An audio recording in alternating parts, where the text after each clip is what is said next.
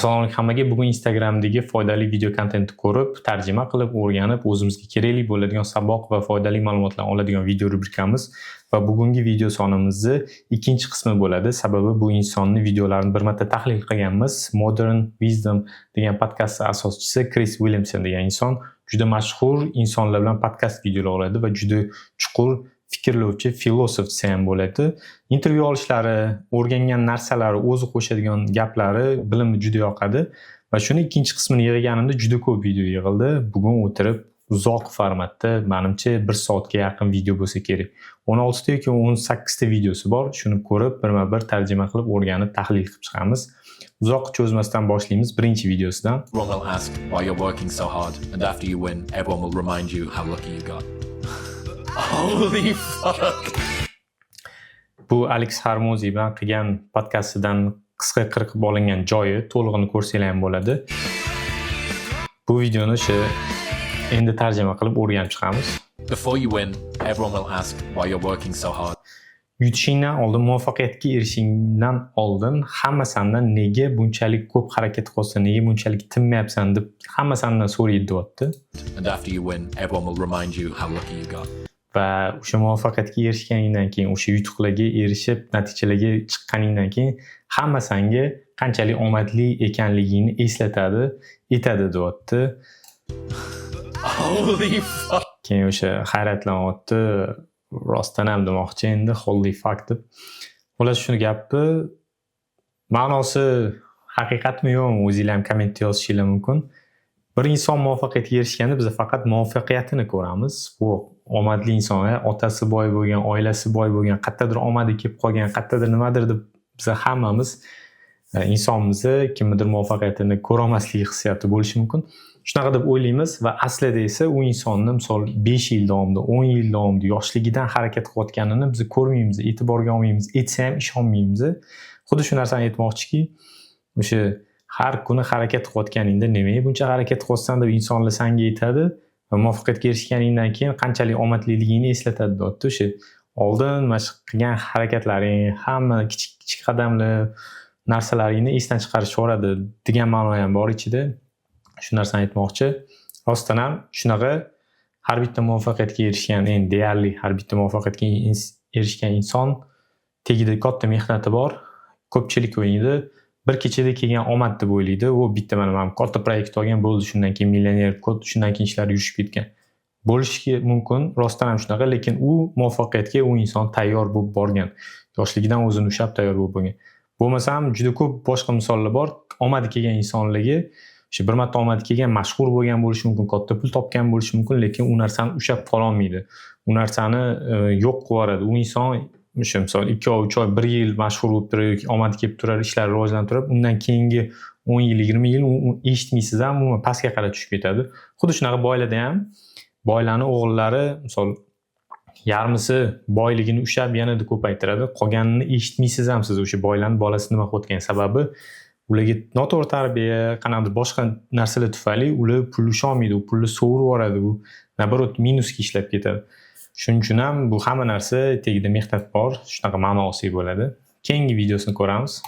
If your life was a movie and people were watching up to this point, what would the audience be screaming at the screen, telling you to do with your life?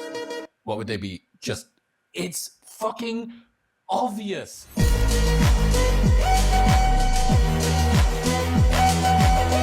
If your life was a movie. Ikkinchi videosi juda kuchli gap, menga juda yoqdi. Aytayapti, agar hayoting kino bo'lganda edi, kino bo'lib hamma tomosha qilayotgan paytda And people were watching up to this point. va hamma shu kinoni, hamma seni hayotingni tomosha qilayotganda, shu paytgacha tomosha qilayotgan bo'lsa, What would the audience be screaming at the screen? va o'sha ko'rayotgan tomoshabinlar ekranga qarab nimani baqirayotgan bo'lar, nimani aytmoqchi bo'lgan bo'lar. Telling you to do with your life. O'sha hayotingda mana bu narsani qil deb baqirayotgan bo'lardi. What would they be just, it's fucking obvious. O'sha kino ko'rayotganda bu qanchalik oddiy narsa, shuni ham ko'rmayapsanmi deb kimdir baqirayotgan bo'lardi. O'sha hayoting kino bo'lganda kimdir tomosha qilib shunaqa aytayotgan. O'sha bu gapda ham endi retorik deydimi, tasavvur qilish kuchli bo'lgan insonlar buni tushunishi mumkin. O'sha tasavvur qilib ko'ring. Hayotingiz kino bo'lyapti yoki boshqa insonning hayotini ko'ringda, xuddi kinodek tahlil qiling. O'sha insonni ko'rasizda etgingiz keladi, etolmaysiz yo etsangiz ham tushunmaydi. U mana bu narsani xato qilsin yoki misol yomon odatlari, chakish, ichish nimadir bo'lsa, u buni qilma, hayotingga yomon zarar ko'rmayapsanmi, shu seni tuplikka olib ketayotgani deb aytasiz.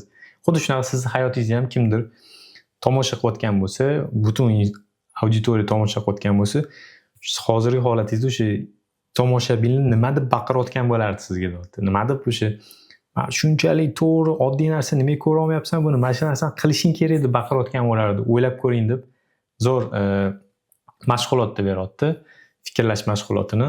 Rostdan ham o'zingiz analiz qilib ko'rsangiz, endi buni qanaqa qilsa bo'ladi? Menimcha o'zingiz hayotingizni analiz qilib ko'rasiz, nima ishlab qilyapman, qaysi joydan to'g'ri, misol sport yetishmayotgan bo'lishi mumkin.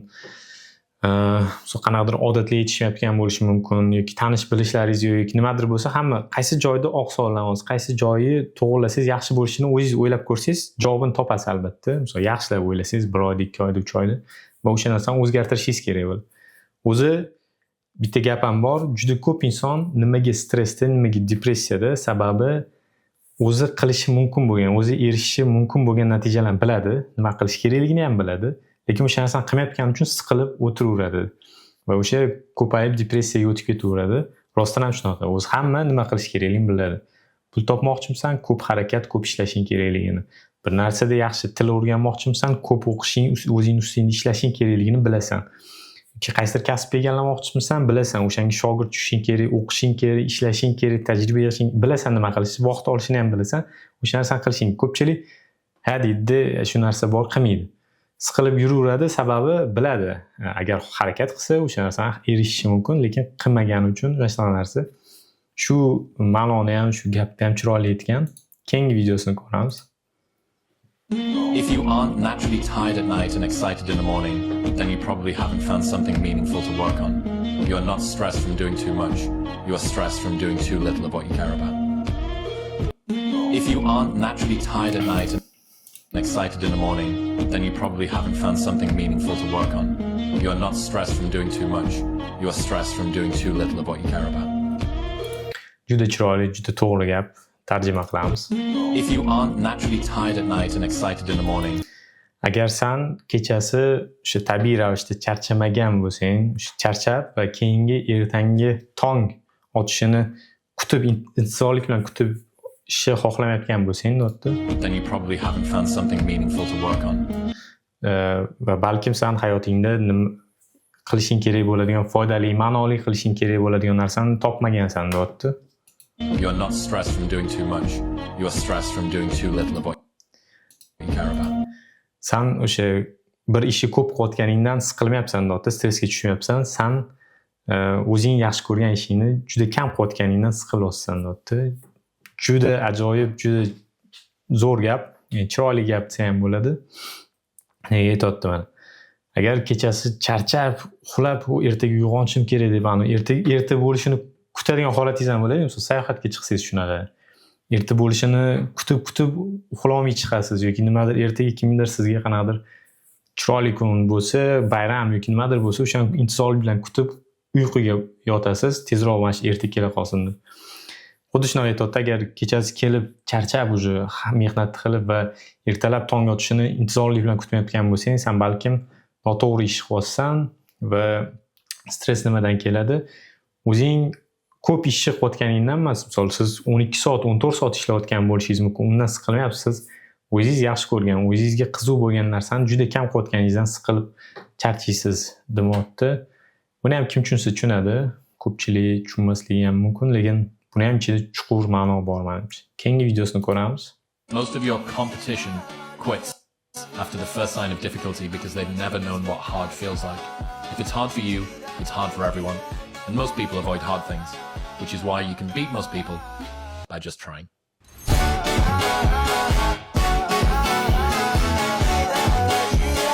The bar for excellence has never been so low. Most of your competition quits after the first sign of difficulty because they've never known what hard feels like. If it's hard for you, it's hard for everyone. And most people avoid hard things, which is why you can beat most people by just trying.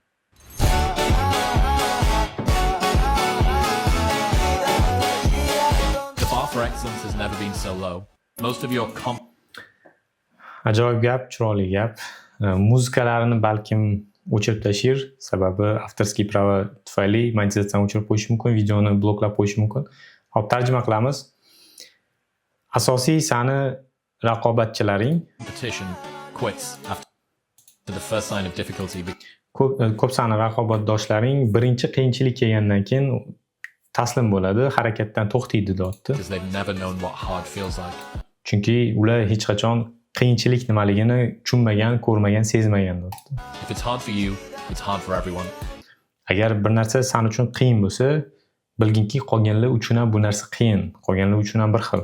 And most people avoid hard things, which is why you can beat most people by just trying. Ko'pchilik inson qiyinchilik kelgandan keyin harakat qilmaydi. O'shaning uchun ham sen agar o'sha qiyinchilikni o'tib ketishni harakatini qilsang, faqatgina harakat qilib ko'rsang, yutasan, ulardan o'zib ketasan deyapti. O'sha gap qisqa qilib aytadigan bo'lsak, aytayapti, hamma, misol erkak kishi hamma u uchun raqobatdosh misol bo'lsa, aytaylik, atrofda siz kasbingiz bo'lsa, boshqa sizni kasbingizni egallayotgan boshqa insonlar bor. Ular hamma bir-biriga qanaqadir ma'noda raqobatdosh bo'lsa, ko'pchilik birinchi qiyinchilik kelgandan keyin bo'ldi, taslim bo'ladi. Sen agar shu narsadan taslim bo'lmasang, o'shalardan bir qadam oldinda bo'lasan, o'shalardan bir qadam ustunroq bo'lasan, o'shalardan bir qadam ko'proq natijaga erishasan demoqchi. Juda ko'p inson qiyinchilik nimaligini tushunmaydi, sezmaydi deyapti. Aslida esa harakat qilib ko'rsang, o'sha narsadan o'tasan deyapti. Rostdan ham to'g'ri gap. Men uchun qiyin tuyulgan narsa bilamanki, boshqalar uchun ham qiyin bo'lgan. O'sha muvaffaqiyatga erishgan insonlarga, erishmagan insonlarga hamma uchun bir xil. Misol til o'rganish men uchun qiyin bo'lsa, bilaman boshqa o'sha tilni hozir eng zo'r darajada biladigan inson uchun ham bir paytlar qiyin bo'lgan, lekin o'sha narsalardan u bosib o'tgani uchun amallab o'rgangan. Xuddi shunaqa men misol uchun 5 yildan keyin o'sha tilni mukammal o'rganib olganimdan keyin misol kimdir endi boshlayotgan bo'lsa, unga ham aytgan bo'lardimki, qiyin bo'lgan menga ham, lekin o'sha narsalardan bosib o'tganman. Qiyinchilik keldi degani bu narsadan voz kechish kerak, bo'ldi, bu narsadan qiyin ekanini tashlab qo'yish kerak emas. Biron inson qila oldimi, sen ham qila olasan degan ma'noda. O'shaning uchun ham o'zbek xalqida menimcha gap bor, misol odam qilgan ish odam qiladi, juda qo'shilaman. Kimdir epla oldimi, demak qilsa bo'ladi. Agar kimdir epla olmadimi, hech kim hali epla olmaganmi, unda sen birinchi bo'l degan gap ham bor. Shunaqa o'sha kimdir qilgan ish bo'lsa, albatta sen ham harakat qilsang, men ham harakat qilsam xohlagan ishimni qila olaman. Agar hech kim qilmagan bo'lsa, hali demak birinchi bo'lish kerak o'sha narsada. Keyingi videoni ko'ramiz. No matter how big your dreams, you're gonna die. Everyone will move on. Do what you want. It sucks to not be liked, but it sucks more to not be yourself.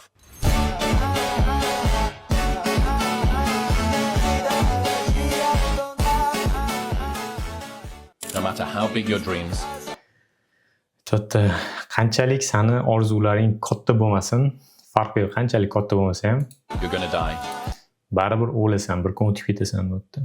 Everyone will move on. Hamma hayotini davom ettiradi, hamma o'sha ketaveradi yo'lida. Do what you want. Nima xohlasang o'shani qil. It sucks to not be liked, but it sucks more to not be yourself. Boshqalar tomonidan yaxshi ko'rinmaslik, boshqalar seni yaxshi ko'rmasligi yomon narsa deyapti. Saks noqulay, yaxshi narsa emas deyapti. To'g'ri, yoqimsiz narsa, lekin bilasan nima undan ham yoqimsiz narsa, sen o'zing bo'lmasliging, o'zligingda yurmasliging undan ham yoqimsizroq deyapti. Juda to'g'ri gap. Shu babi ham o'tib ketadi. Shu bu dunyoda nima, shu uzoq tuyuladigan narsa ham vaqt qanchalik tez o'tayotganini hamma biladi. Kimnidir gapiga e'tibor berib, kimnidir gapini, misol qarindoshim nima deydi, o'rtog'im nima deydi, ani qo'shnim nima deydi, ko'chadagi o'qituvchim nima deydi, shu odamlar nima deydi degan fikr bilan yashab o'tish to'g'ri emasligini aytmoqchi. Sen o'zing nimani yaxshi ko'rsang, o'shani qilishing kerak. To'g'ri, bu yomon, qiyin narsa deyapti. To'g'ri, bu juda qiyin narsa. Seni kimlardir yomon ko'rish, seni fikringni ma'qullamasligi juda qiyin, mashaqqatli narsa.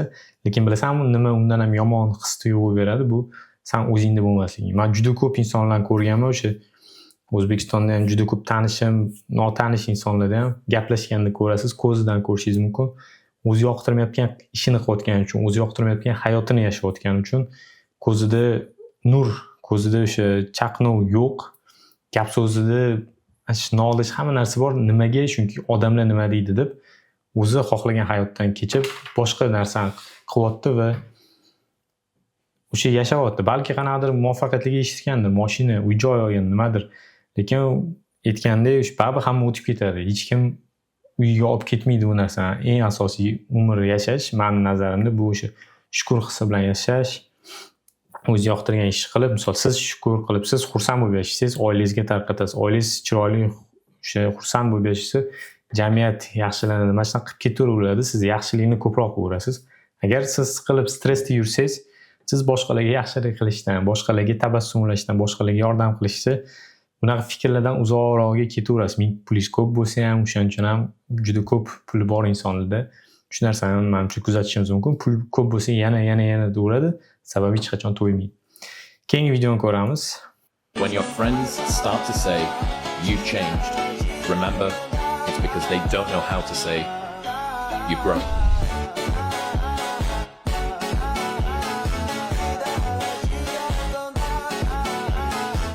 When your friends start to say Aytayapti, sani do'stlaring mana shu gap aytishni boshlaganda, you've changed, sen o'zgaribsan degan gapni aytishni boshlashganda, remember it's because they don't know how to say you've grown. bilginki bu gapni aytishlikning asosiy sabab chunki u insonlar sen o'sibsan, sen ulg'ayibsan degan gapni aytishni bilmasligidan dalolatdir deyapti. Va bu gapdan oladigan bo'lsak, rostdan ham o'sha ko'pchilik o'zgaribsan, bu yillar o'tgandan keyin o'zgarib ketibsan, qo'lingga pul tushib o'zgaribdi, chet elga borib o'zgaribsan, bir ish nimadir, yangi ishga kirib o'zgaribsan. Shunaqa narsalarni aytishligi mumkin, eshitgan bo'lishingiz mumkin. Nafaqat do'stlar, qarindoshlar, oila, misol kim bo'lsa ham shunaqa gap aytsa, o'sha insonlar bilginki, o'sha sen o'zgaribsan emas, sen o'sibsan, ulg'ayibsan, o'sha yaxshilanibsan degan so'zni ishlata olmasligidan dalolatdir. Buning ichida asos o'zi chuqur gap ma'no ham bor. Sababi shu mana shu ulg'ayibsan, ancha o'sibsan degan gapni aytmaslikning asosiy sababi ham chunki u insonlar o'zi o'smaganligini aytmoqchi, shu narsani olsak bo'ladi. Misol uchun o'zgarganingizni o'zingiz bilasiz. O'sdingiz, oldingi 3 yil oldingi Boburdan hozirgi 3 yil oldingi Bobur umuman farq qiladi. Ko'p narsalar o'rganganman. Va hozir kimdir misol 3 yildan keyin ko'rishsam kim bilandir u inson ham o'sgan bo'lsa, u inson ham o'zgargan bo'lsa, men ko'rib, o'zgaribsan, bekorga o'zgaribsan deyman, naborot. Nimadan o'rganding? Yaxshi, ulg'ayibsan ancha. Ko'p narsani o'rgangansan shekilli. Nimadan o'rganding? Nima hayotingda voqealar bo'ldi? Ancha o'sibsan degan gapni ayta olasiz, qachonki o'zingiz o'sha narsalardan o'tgan bo'lsangiz. Agar siz bitta joyda turursangiz, boshqa inson o'sha teparoqga ko'tarilsa, siz aytasizki, o'zgaribsan. Chunki siz bu darajaga chiqmagansiz, bu narsani ko'rmaganingiz uchun his qilmaysiz. O'shaning uchun u insonlarni ham ayblash albatta noto'g'ri. Lekin bilginki o'sha shaxsiyatingga olmagin deyapti, kimdir sen kelib o'zgaribsan degan ma'noda. Men shunaqa ma'no olmayman. Kimdir senga o'zgaribsan desa, bilginki shunchaki ular ulg'ayibsan, o'sibsan degan gapni aytishni bilishmaganidandir. Shuning uchun ham kimdir shuni aytsa, ha deb indamay qo'yaveramiz. Keyingi videoni ko'ramiz. If they don't have what you want, don't listen to what they say. There's no greater waste of time than justifying your actions to people who have a life you don't want.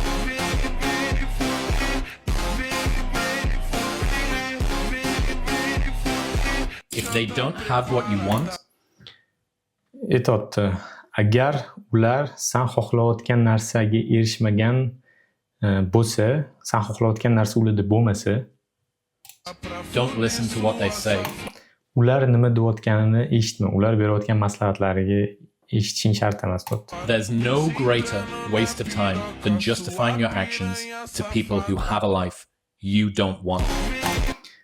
Bu hayotda o'zingni vaqtingni behuda sarflashdan yomoni yo'q. Qachonki sen boshqa o'sha sen erishmoqchi bo'lgan hayotga erishmagan insonlardan maslahat olishdan, ularni fikriga qarab o'tirishdan deyapti.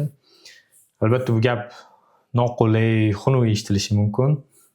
Lekin rostdan ham men o'zim ham bu gapni misol boshqacha formatda juda oldin eshitganman, 10 yilcha oldin. Bitta gap bor, sen xohlayotgan hayotda yashamaydigan insonni maslahatini olishdan foyda yo'q deydi. Chunki u fikrlayotgan fikri, u insonni, u qilgan harakatlari, u qilgan o'ylashlari, hamma narsasi hozirgi hayotiga olib kelgan. Misol uchun aytaylik, siz bu faqat pul emas, mashina emas, hamma narsa bo'lishi mumkin.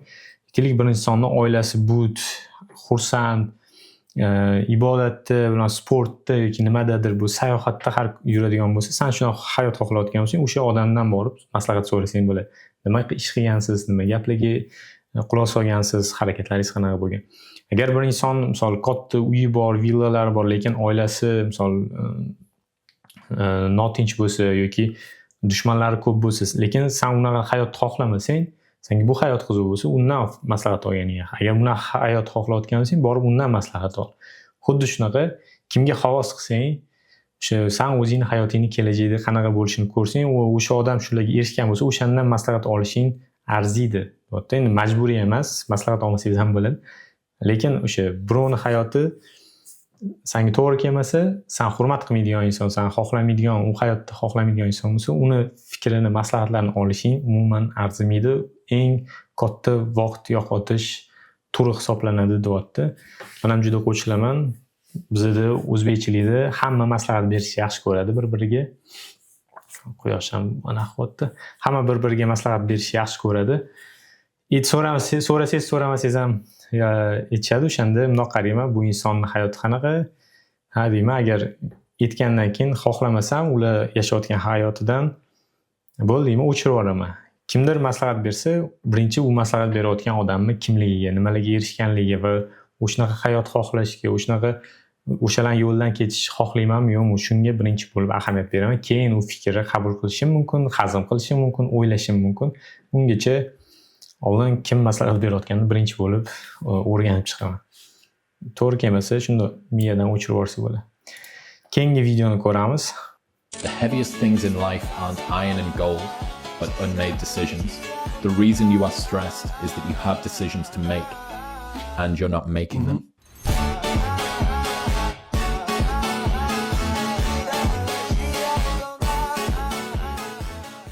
The heaviest things in life aren't iron and gold. Aytibdi, dunyodagi eng og'ir narsa bu oltin yoki mis emas, temir emas, but unmade decision. Lekin bu qaror qabul qilinmagan qarorlar, deyapti. O'sha umuman qaror qabul qilishingiz kerak bo'lgan qarorlar. The reason you are stressed is that you have decisions to make, and you're not making them. Sen bu hayotda stressingga egaliging, stressda bo'layotganliging, siqilayotganliging asosiy sababi o'sha qaror qabul qilishing kerak bo'lgan masalalar bor. Mana shu narsalarga qaror qabul qilib harakat qilishing kerak, lekin sen ularni qilmayotganliging uchun siqilyapsan. Chalkash tarjima bo'ldi. Tushungan bo'lsanglar, o'sha dunyodagi eng og'ir narsa bu oltin, tilla, metalllar emas, bu qaror qabul qilinmagan holatlar, qarorlar deyapti. O'sha narsalar juda og'ir botadi. O'sha narsalar juda yomon, og'irdek tuyuladi deyapti. Sababi sen siqilayotganing asosiy sababi hayotingni o'zgartirish uchun kerak bo'ladigan, qabul qilish kerak bo'ladigan qarorlar bor, fikrlar bor. O'sha yo'l tanlashing kerak, o'shanga qarab ketishing kerak, lekin sen uni birinchi qadam bosmaysan, o'sha narsani tanlamaysan, o'shaning uchun ham sen siqilib yuraverasan deyapti. Endi sodda qilib o'zimning tilimda aytadigan bo'lsam, qo'shilaman, to'g'ri gap. Juda ko'p inson biladi hayoti xohlagan yo'lida ketmayapti. O'zgarish uchun nima qilish kerakligini ham biladi, risk olish kerak, balki yangi til o'rganish kerak, balki ishidan bo'shash kerak, balki qanaqadir kimgadir borib o'sha munosabatini tiklash kerak, chet elga ko'chish kerakdir, borib chet elda ishlab kelish kerakdir, chet elga o'qish kerak, umuman ko'chib ketish kerakdir, oilasini nimadir bo'lish kerakdir, lekin o'sha narsani biladi, shu narsani qilishim kerak, lekin qilmayapti. Va shu tarzda yashab ketaveradi 1 yil, 2 yil, 3 yil, 5 yil, 10 yil. Va o'sha narsa juda insonni siqib qo'yadi, juda insonni depressiyaga olib keladi, juda insonni og'ir tositadi deyapti. Va rostdan ham shunaqa, men o'zim shaxsan bor tanishlarim ko'rganimda bilaman, hayotidan norozi, misol hayotini yaxshilamoqchi, o'sha aytaman mana mana bu yo'l bor, mana bu yo'l bor, mana bu yo'l bor. Tanla, keyin shunga harakat qilaylik birga. O'rgan mana shuni o'zing ustingda ishla, shu narsa 3 yilda, 4 yilda hayotingni yaxshilab olasan desa, yo'q deydi, bo'ldi. Qarorni qabul qilmaydi, o'ylab ko'raman deydi, yana darsga ketaveradi va yana o'sha muammosi, o'sha stresslari bo'ladi. Sizni ham tanishlaringizni atrofida bo'lishi aniq 100%. O'ylab ko'rsangiz, ko'rib chiqsangiz atrofingizdagilarni, shu narsalarni ko'rib amin bo'lishingiz mumkin. Shuning uchun ham hayotdagi eng og'ir narsalardan biri bu qaror qabul qilinmagan muhim qarorlar. Keyingi videoni ko'ramiz. You're not afraid of failing. You're afraid of what other people will think of you if you fail. But if you're afraid of that, imagine what they think of you when you aren't even trying. Oh yeah, they aren't. You're not afraid of failing. You're afraid of what other people will think of you if you fail. Juda kuchli chuqur gap. Sen yutqizishdan, muvaffaqiyatga erishmaslikdan qo'rqmaysan deyapti. Sen qo'rqadigan asosiy narsa boshqa insonlar sen muvaffaqiyatga erishmasang nima deb o'ylashidan qo'rqasan deyapti. But lekin afraid of that, imagine what they think of you when you aren't even trying.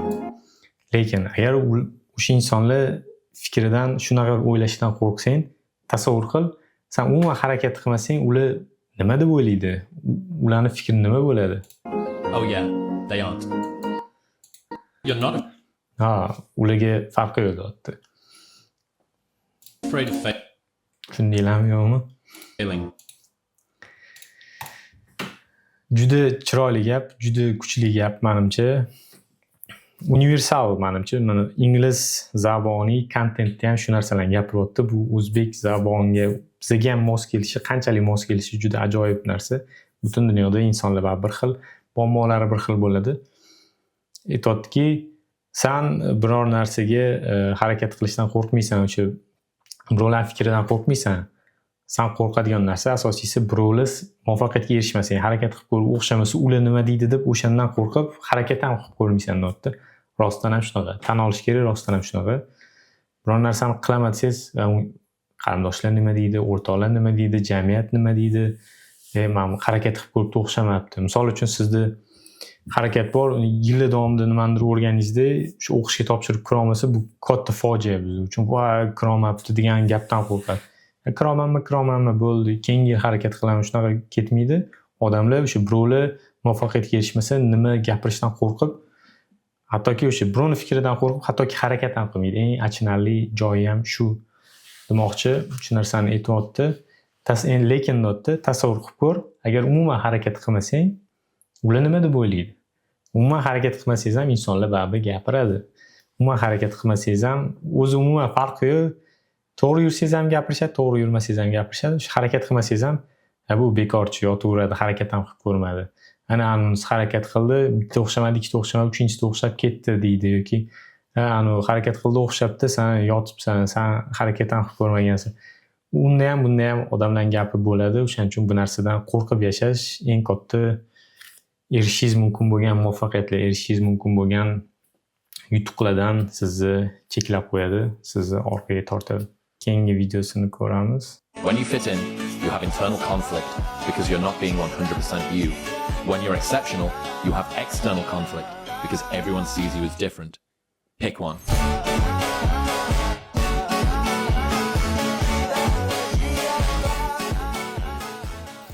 When you fit in, bu narsani o'zim ham tushunishga juda qiynaldim. Hozir o'ylab tarjima qilib ko'ramiz buncha. Agar sen biror narsaga moslashsang, biror narsaga mos kelsang, deyapti, jamiyatga qo'shilsang, o'sha standartlarga moslashsang, o'zgarsang, deyapti. You have internal conflict because you're not being 100% you. Sani ichingda ichki muammolar, ichki jang bo'ladi, deyapti. Sababi sen 100% o'zingligingcha bo'lmayapsan, deyapti. Sen o'zgargansan, o'sha birov boshqalarga moslashish uchun o'zing xohlagandek holatda bo'lmagani uchun ichki holatingda kelishmovchiliklar chiqisha olmaysan, deyapti. When you're exceptional, you have external conflict because everyone sees you as different. Va qachonki sen boshqacha bo'lishni tanlasang, deyapti, o'sha boshqalarga yoqmaslik, o'zliging bo'lishni tanlab boshqacha bo'lish xohlasangiz sanda tashqi tarafdan muammolar, kelishmovchiliklar bo'ladi, sababi hamma seni boshqacha ko'radi deyapti.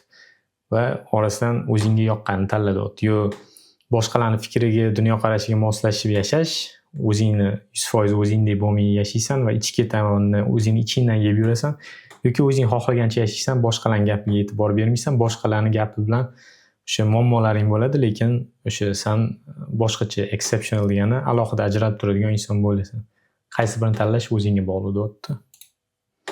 Pick one. Pick one. Bittasini tanla. Ajoyib gap, rostdan ham shunaqa.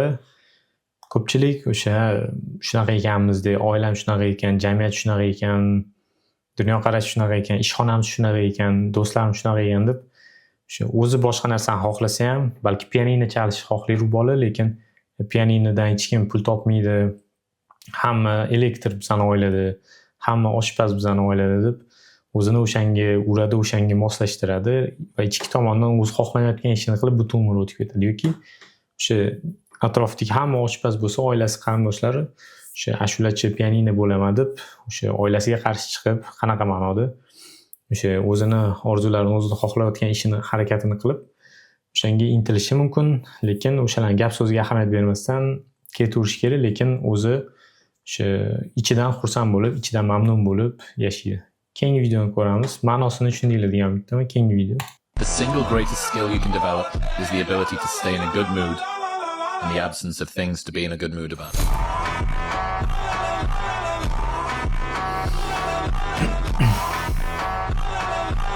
The single greatest skill you can develop is the ability to stay in a good mood.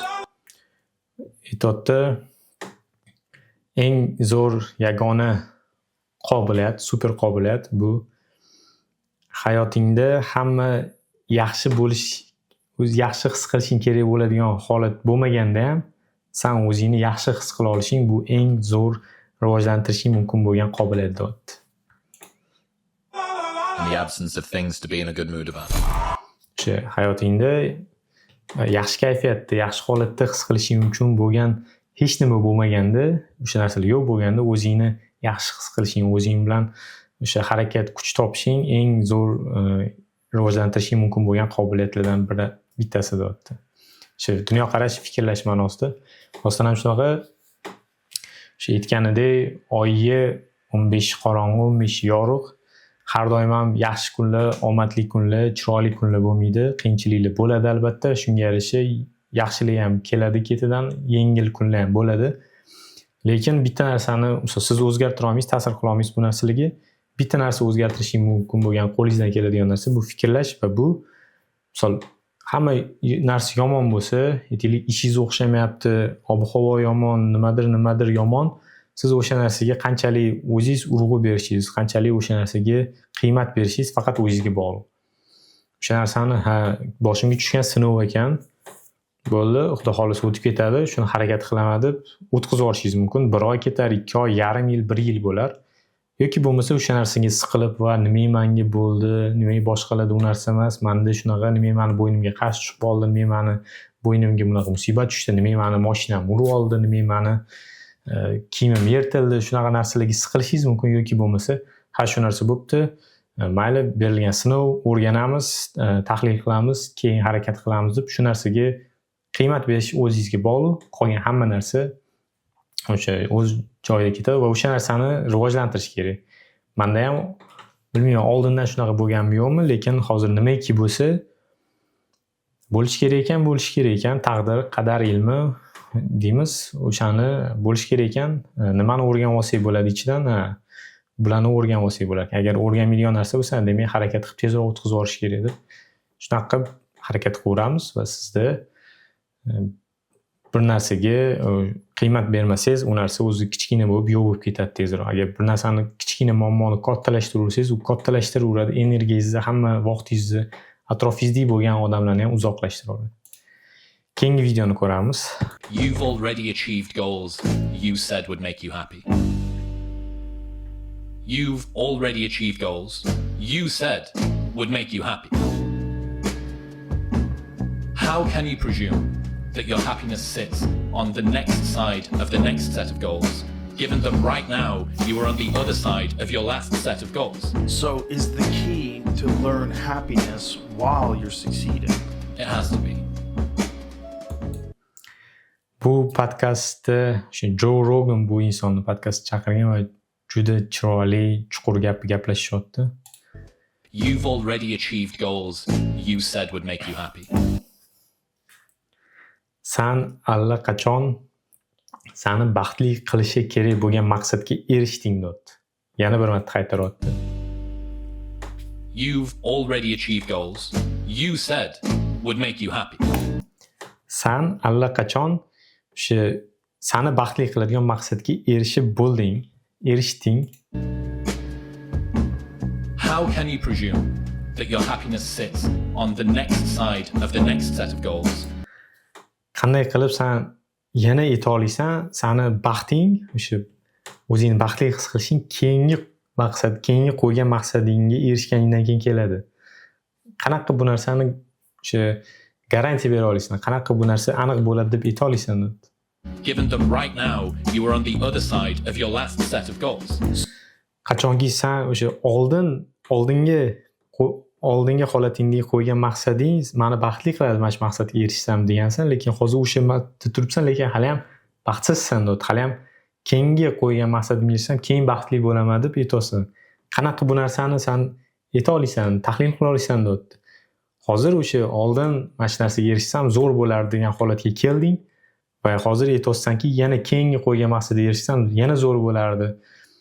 O'shanda zo'r bo'ladi deb aytayotsan. Qanaqa qilib oldin erishgan narsang shu narsa qanaqa qilib deyapti? So is the key to learn happiness while you're succeeding?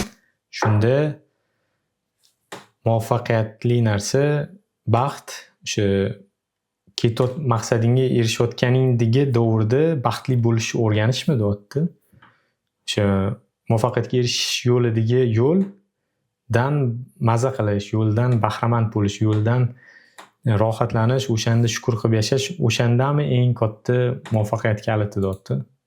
It has to be. Shunday bo'lishi kerak, bundan boshqa iloji yo'q, bundan boshqa yo'li yo'q deyapti. Juda chuqur gap bo'lishi mumkin. Rostdan ham shunaqa. Bitta maqsadni qo'yamiz, mashina olamiz, keyin yaxshiroq mashina, bitta uy olamiz, keyin yaxshiroq uy, bitta emas, ikkita uy, uchta uy, kattaroq uy, to'rtta uy, samolyot ketaveradi, cheki yo'q. Agar inson o'sha jarayondan yaxshi ko'rishni o'rganmasa. Bir gap ham bor. Misol, maqsadmi yoki yo'lmi degan.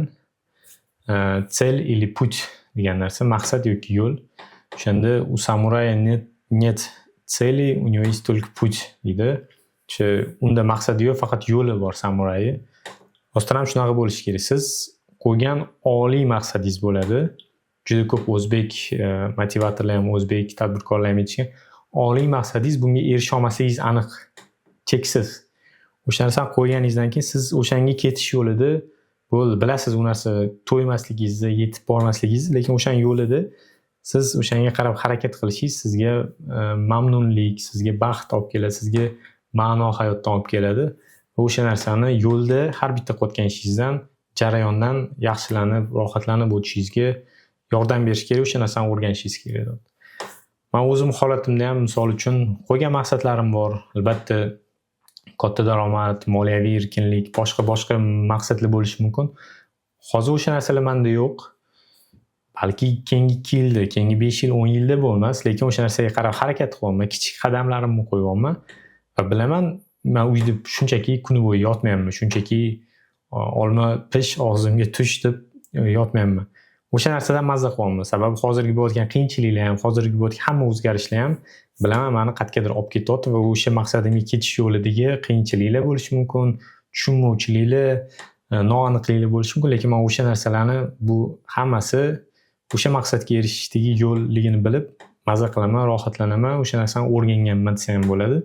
Shuning uchun ham hamma ko'rsa juda xotirjamsiz, juda boshqachasiz deydi. Videolarda yoki hayotda ko'rganda siqilishdan ma'no yo'q deb bilaman, sababi hamma narsa bo'ladi, hamma narsa tabiiy holat, qiyinchilik ham tabiiy holat, yaxshilik ham, muvaffaqiyat ham, yomonlik ham hammasi tabiiy jarayon, bulardan bosib o'tish kerak, boshqa iloji yo'q. Shunaqa fikrlash, shunaqa mindsetga yetsangiz, menimcha xotirjamlik o'zi shundoq ham hammaga xotirjamlik keladi. bular ham shu narsa haqida gaplashyapti. Muvaffaqiyatga erishish yo'lida sen rohatlanishni, o'rganishing eng katta bu yutuq, eng katta narsa deyapti. Keyingi videoni ko'ramiz. Always stick to what makes you weird, odd, strange, different. That's your source of power, which is similar to occupy your niche. Embrace your strangeness, identify what makes you different, fuse those things together and become an anomaly. Always stick to what makes you weird, odd, strange, different. Har doim seni boshqacha, g'alati, o'sha ajralib turadigan, qiladigan narsaga ushlab qolib o'shanga tayan deyapti. O'sha narsani tayanib o'sha narsaga ushlab tur deyapti. That's your source of power, which is similar to occupy your niche.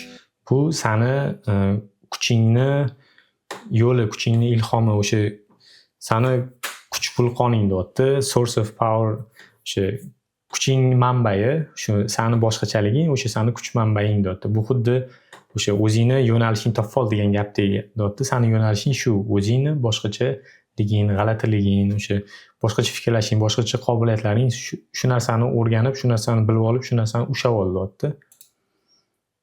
Embrace your strangeness, identify what makes you different, fuse those things together and become an anomaly.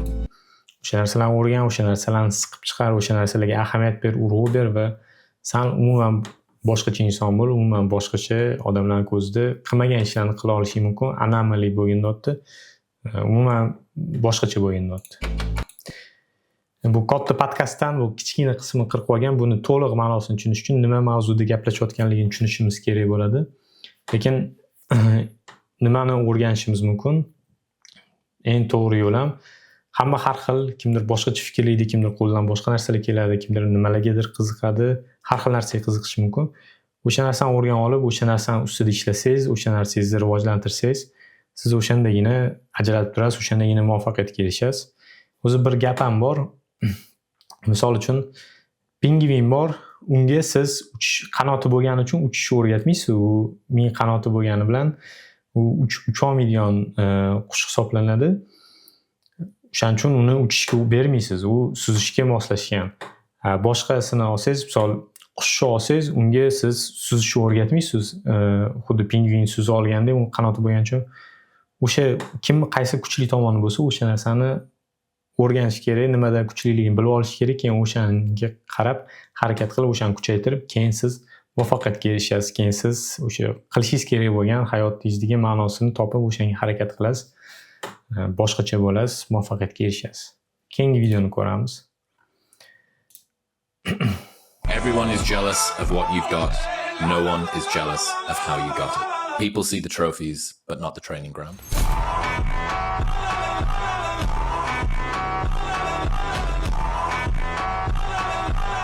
Everyone is jealous of what you've got. No one is jealous of how you got it. Hamma senda nima borligiga ko'rib havas qiladi, hasad qiladi, o'sha narsani xohlaydi deyapti. Lekin hech kim qanday bu narsaga erishganliging haqida o'ylamaydi, bu narsani xohlamaydi, qanday bosib o'tgan yo'lingni bilishni xohlamaydi deyapti. People see the trophies, but not the training ground. Odamlar o'sha muvaffaqiyatga erishilgan natijalarni ko'radi, lekin harakat qilingan yo'lni, bosib o'tilgan mashaqqatni umuman ko'rmaydi deyapti. Odamlar shunaqa deyapti. Va yozib qo'ygan you earned this alone. Sen bu narsani yolg'iz erishgansan deyapti. Harakat qilgansan, ustingda ishlaganing uchun erishgansan deyapti. Juda to'g'ri gap, juda chiroyli gap. Bilmayman nega shunaqa. Juda ko'p insonning ko'zida, hattoki menda ham shunaqa bo'lishi kerak. Bir narsani ko'rgandan keyin u bosib o'tgan yo'lni ko'ringiz, u erishgan narsanku, u milliarder ekan, multimilliarder ekan yoki nimadir muvaffaqiyatga erishib qo'yibdi, 10 ta uchastkasi bor ekan, oyiga $10,000 shunchaki uyda yotib topib o'tgan ekan deymizda, havas qilamiz, hasad ham ketib qolishi mumkin ichida. Lekin keyin misol o'tirib, keyin o'rgangandan keyin qanaqa bu narsaga erishganligini yo'lini bilib olsangiz, ichida juda katta mashaqqat yotgan bo'ladi, juda katta harakat, yillar davomida harakat, o'rganganligi, risk olganligi, biror misol uyini olib garovga qo'yib biznesiga tikkan bo'lishi mumkin. Misol oilasidan 5 yil uzoqda yashagan bo'lishi mumkin. Boshqa va hokazo o'sha qurbon qilgan narsalar bo'lishi mumkin. O'sha narsalarni ko'rmaymiz, o'sha narsalarni bilsak ham siz ishongimiz kelmaydi yoki eshitgimiz kelmaydi. Sababi biz faqat yoqimli narsani xavos qilamiz, o'sha narsani ko'rgimiz keladi. Shunda ham aytayotdiki, odamlar faqat o'sha muvaffaqiyatga erishilgan trofeylarni ko'radi, lekin harakat qilingan mashaqqatlarni ko'rmaydi. Shuning uchun ham o'zing yolg'iz harakat qilasan, bosib o'tishing kerak bo'ladigan narsa bor. Har doim hamma narsa oson emas demoqchi. Juda hamma muvaffaqiyatga erishiladigan narsani tagida yillar davomida mehnat, kuch, harakat, mashaqqat bor. Shu ma'no asosiy videolar, asosiy gaplar hammasi bitta g'oyani ichida yuraveradi. Shunchaki u tomondan olib keladi, bu tomondan o'rgatadi.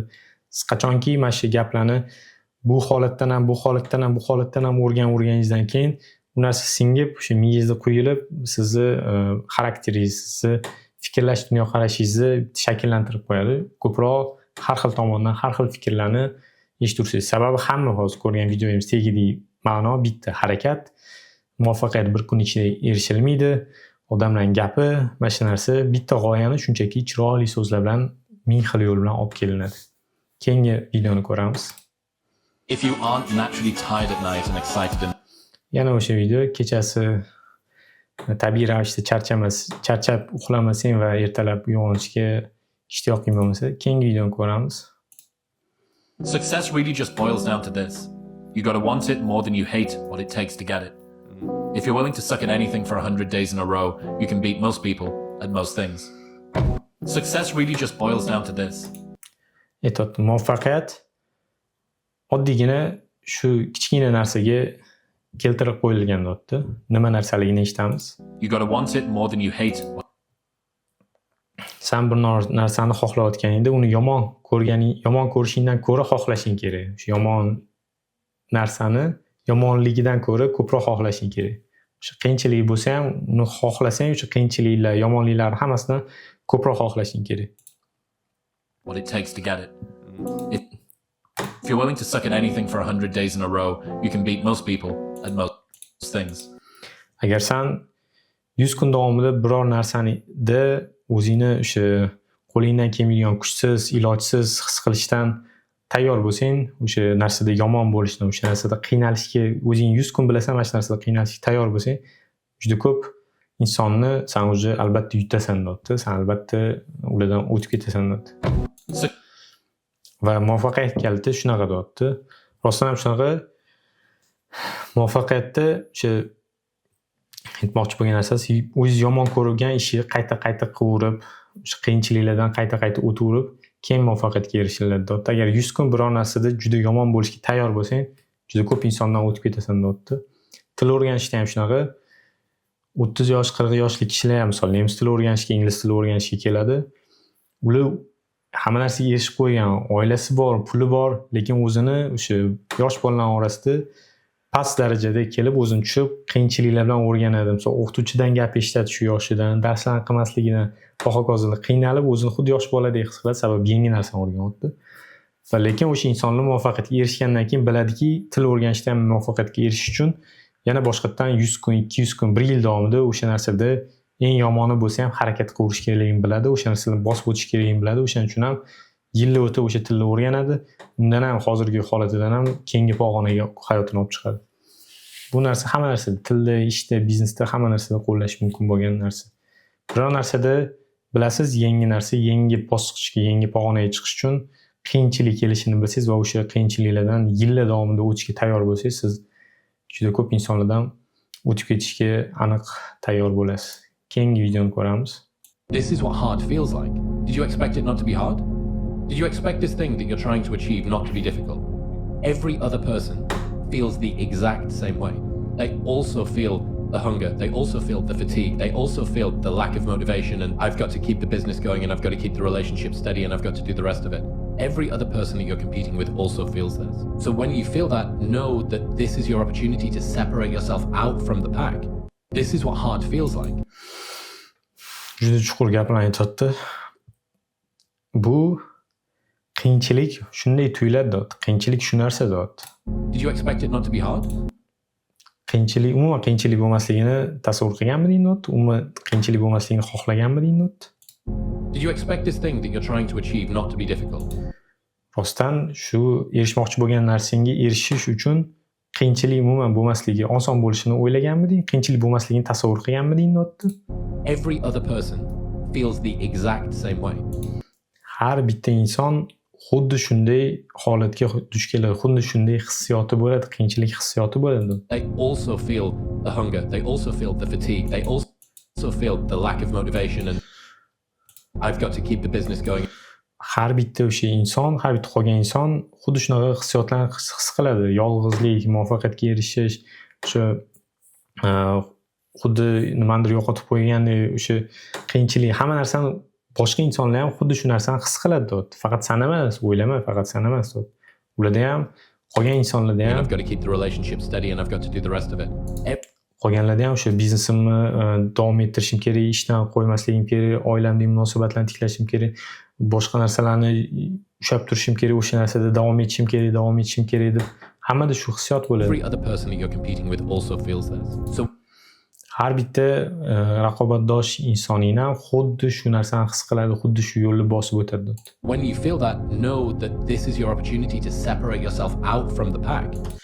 Va shunda shu narsalarni bilganingdan keyin, shu narsalarni his qilayotganingdan keyin bilginki, shu narsalardan bosib o'tsang, umumiy jamiyatdan, umumiy insonlardan ajralib chiqishingning yo'li faqat shu deyapti. This is what hard feels like. Va shu narsa qiyinchilik hissiyoti, shu narsa qiyinchilik. Did you expect it not to be hard? Shu qiyin bo'lmasligini o'ylaganmiding? Did you expect this thing? Shu narsani aytayotdi. Juda chiroyli gap. O'sha aytganimdek, bu fikrni ham boshqa fikrlarda boshqacharoq formatda ko'rganmiz. O'sha biror narsaga erishish oson yo'li yo'q. Har bitta narsaga erishishda qanaqadir o'ziga yarasha qiyinchiligi bor. O'sha qiyinchilikni bo'lmasligini tasavvur qilish bu ahmoqlik. Misol, ilmsizlik bo'lishi mumkin. Bilasiz, til o'rganish uchun qiyinchiligi bor. Chet elga ko'chib hayotni boshlash uchun qiyinchiligi bor. Biznes boshlash uchun o'ziga yarasha qiyinchiligi bor. Velosiped haydashni o'rganish qiyinchiligi bor, mashina haydashni o'rganish qiyinchiligi bor. Hamma narsani qanaqadir qiyinchiligi bor. Yangi ishxonada ishni boshlash o'zining qiyinchiligi bor. Shunchaki hop bir narsani boshlayman, o'sha narsa juda oson bo'ladi deb o'ylash, bu qanchalik shu narsani o'ylayotsanki, umuman qiyinchilik bo'lmaydi deb o'ylaganmisan notda. Va afsuski negadir shunaqa, juda ko'p inson shu narsadan rostdan shunaqa deb o'ylaydi. Bir narsani ish qilsa, shunda o'xshab qolsa edi. Va o'sha narsani harakat qilib ko'rgan, birinchi qiyinchilik kelganda tap etib tashlab yuboradi, tap etib bo'ldi undan voz kechadi. Va shunda ham agar siz bu qiyinchiliklarni bilish, tayyor turib o'sha qiyinchiliklarni bosib o'tsangiz, juda ko'p insonlardan ajralib chiqasiz, muvaffaqiyatga erishasiz. O'shanda eng oson ajralib chiqish yo'lingiz deydi. O'zi David Goggins bitta gapi bor, videoda aytadi. Hozirgi kunda shunaqangi oson muvaffaqiyatga erishish deydi. Hamma telefonda, hamma bekorchilikda, kinoda, qanaqadir boshqa narsalarda qanchalik oson deyapti hozir ajralib chiqish, qanchalik oson muvaffaqiyatga erishish deyapti. Sport bilan shug'ullansang bo'ldi. Umuman harakat qilib qiyinchilikdan qo'rqmasang bo'ldi, muvaffaqiyatga erishib ketaverasan. Qanchalik hozirgi zamonda oson bo'lib qolgan deyapti. Sababi juda ko'plab insonlar osonlikka o'rganib qolgan, qiyinchilikdan qochadi. Uyda yotib hech qanaqa harakat qilmaydi. Va o'zi meni ham bitta fikrim bor, bilmayman kimdan qayerdadir eshitganman yo'qmi. Hozirgi kunda chakmasangiz, ichmasangiz, sport bilan shug'ullansangiz, kitob o'qisangiz va bilmadim yana qanaqadir boshqa bir hobbingiz bo'lsa, siz juda, misol 100 ta bola bo'lsa, o'sha 100 ta boladan 2 ta ajralib turgan bola bo'lasiz. Siz chakmirkan, ichmirkan, sport bilan shug'ullanib, hobbisi bor ekan, kitob o'qirkan, siz alohida bola bo'lib turasiz. Afsuski, bu narsa norma bo'lishi kerak. Bu narsa eng oddiy, hamma qiladigan ish bo'lishi kerak. Bu g'ayrioddiy hech qanaqa ish qilmayapsiz siz hali. Siz misol uchun, bilmadim, raketa qurish injeneri emassiz, juda qiyin mutaxassislik o'rganmagansiz. Yo bilmadim, kamon otish o'qi yoki Everestga chiqqan inson. Ular aytmoqchi bo'lgan g'ayrioddiy ishlarni qilmasdan turib, hozirgi insoniyat zamonida oddiy sport, kitob o'qisangiz, sog'lom turmush tarzini olib borsangiz, chakmasangiz, ichmasangiz bo'ldi, siz bu deydi. Aslida esa hozirgi mana shu qilayotgan normaga kirib qolgan chakish, ichish, nosog'lom ovqat yeyish, sport bilan shug'ullanmaslik, bu narsalar aslida norma bo'lishi kerak emas. Hozir mana shu o'zgarib qolgan. O'shaning uchun ham ajralib chiqish qanchalik osonligini aytmoqchi. Keyingi videoni ko'ramiz. Until you win, effort always goes unnoticed. Get used to it. No one roots for you until everyone roots for you. That's just how it works.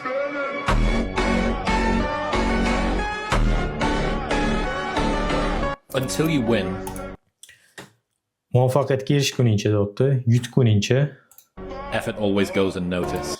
muvaffaqiyatga erishguningcha, biror narsa yutuqqa erishguningcha, har bitta qilayotgan harakating ko'rimsiz qoladi. Hech qayerda bilinmaydi, ko'rinmaydi, eshitilmaydi deyapti. Get used to it. Bu narsaga odatlan, bu narsani o'rganib ol, bu narsaga ko'nik deyapti. No one roots for you until everyone roots for you. Hech kim senga muxlislik qilmaydi, qachonki hamma senga muxlislik qilguncha deyapti. Inglizchada chiroyli eshitilgan, o'zbekchada to'g'ri tarjima qilmayotgan bo'lishi mumkin. That's just how it works. Va hozirgi kunda shu odatiy standart bo'lib qolgan deyapti. Bu gapda ham o'sha chuqur ma'no, boshqa fikrni boshqacha qilib yetkazib beryapti. Muvaffaqiyatga erishguningcha har bitta qilayotgan harakating ko'rinmaydi, hech kimga bilinmaydi. Hech kim mana shu qilayotgan har bitta kichik harakatingiz, bitta kitob o'qib tugatganingiz, bir kunda 1 soat sport yillar davomida shug'ullanganingiz, til o'rganganingiz, yangi qanaqadir hobbini, kasbni, qobiliyatni o'rganganingiz bilinmay ketaveradi va qachonki muvaffaqiyatga erishguningizcha, hech kim sizni muvaffaqiyatga erishguningizcha muxlislik qilmaydi, sizga ishonmaydi. O'sha erishib olganingizdan keyin hamma sizga muxlislik qilishni boshlaydi, hamma sizga qo'llab-quvvatlashni boshlaydi. Shu muvaffaqiyatga erishguncha hech kim sizni harakatlaringizni ko'rmaydi, hech kim sizga muxlislik qilmaydi, hech kim sizni qo'llab-quvvatlamaydi. Erishib bo'lganingizdan keyin hamma sizni muxlislik, ishonchi o'sha qo'llab-quvvatlaydi. Bu narsaga odatlan, bu narsa hozirgi kunda norma bo'lib qolgan deyapti. Videolar tugadi. Shu videolar edi. Adashmasam ancha uzun kontent bo'ldi. Yoqdi, foydali va qiziq bo'ldi degan umiddaman. Keyingi shu kabi kontent videolarda ko'rishguncha.